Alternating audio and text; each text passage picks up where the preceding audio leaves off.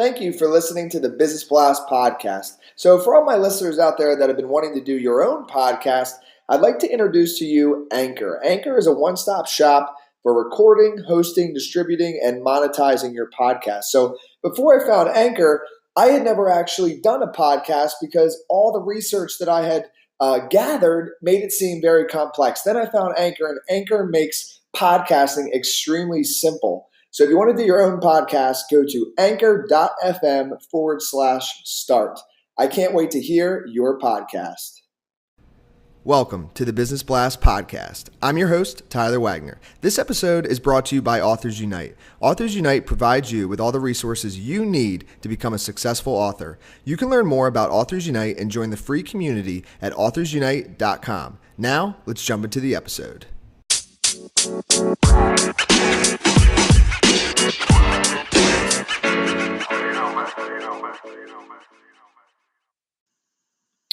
All right, everyone. Welcome back to another episode of the Business Blast podcast. I'm your host, Tyler Wagner. Today I have Roland Frasier with us. He's the co-owner of Digital Marketer and Investor, and he specializes in growing, scaling, and selling companies. So welcome to the show, Roland.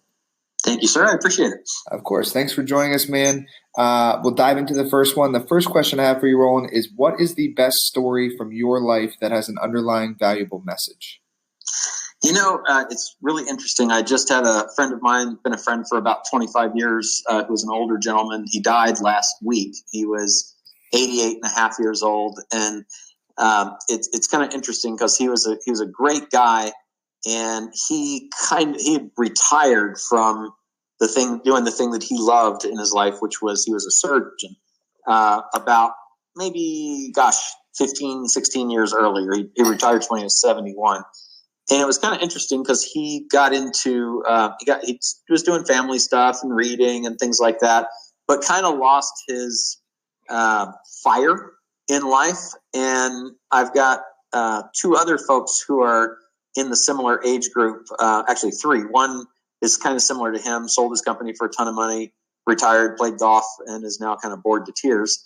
And those guys sit on one side, and on the other side, I've got a friend of mine, William Shatner, who's an actor who is in his 80s and is doing everything. Like he's starting new projects. He's still working. He's passionate. He's got all these cool things that he's doing in his life and is staying very, very active and engaged. And my father, who still works practicing tax law, who's also in his 80s. So these four guys who are all older, and I see that there's a thing that happens when you stop doing the thing that was driving you, and when you start to quote unquote retire from life.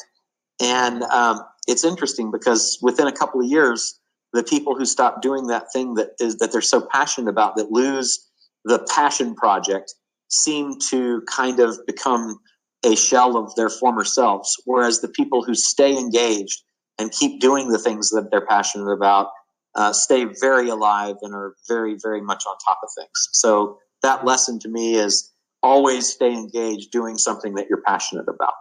Yeah, that's huge. Thanks for sharing that with us. Absolutely.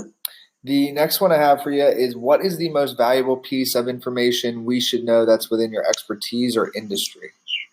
I think probably the most valuable thing, because a lot of what I do is build businesses so that they can sell.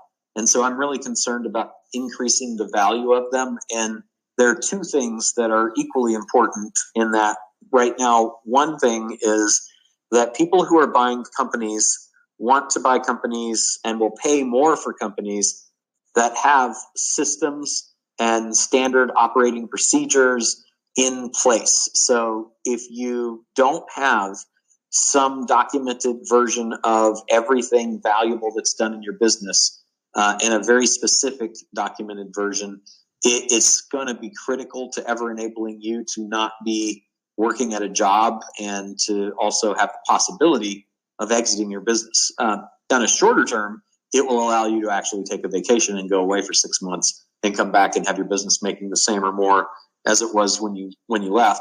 The second part of that would be if you want to increase the value of your business and instantly by about 5 to 8 times, start thinking about moving your one-time revenue into recurring revenue that comes in every single month.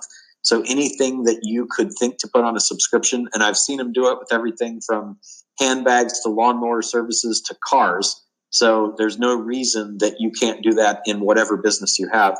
That kind of income that's recurring on a monthly basis is valued at about 5 to 8 times higher than income that you generate on a one-time basis. And what's your best piece of overall business advice, so not necessarily industry specific? My best overall advice would be, that's not industry specific, would be to always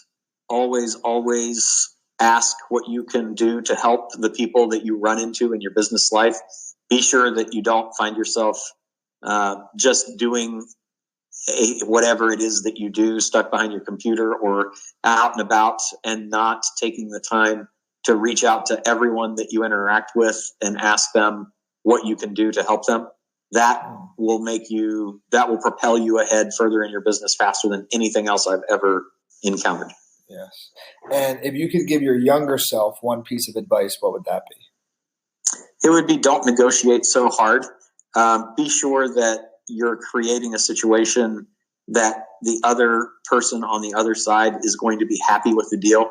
Because in my time, I'm a decent negotiator, and I've been able to negotiate things where the other side probably shouldn't have given as much as they did.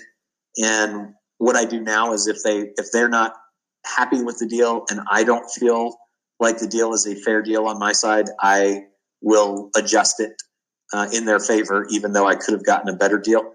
I just find that it helps to make everybody happier, and it's so much better for the most valuable long-term thing you have, which is your network and your relationships. And in your opinion, what is the key to happiness? That to me is really easy, is to treat everybody else like you would want to be treated, and you will be happy. And in business, it's do what you love, and you don't ever work. You really don't. I would do what I do right now for free and work another job to be able to do what I do for free. Yeah. And what is the best book that you've read, and what was the number one thing you learned from that? Oh gosh, there's so many and so many great things.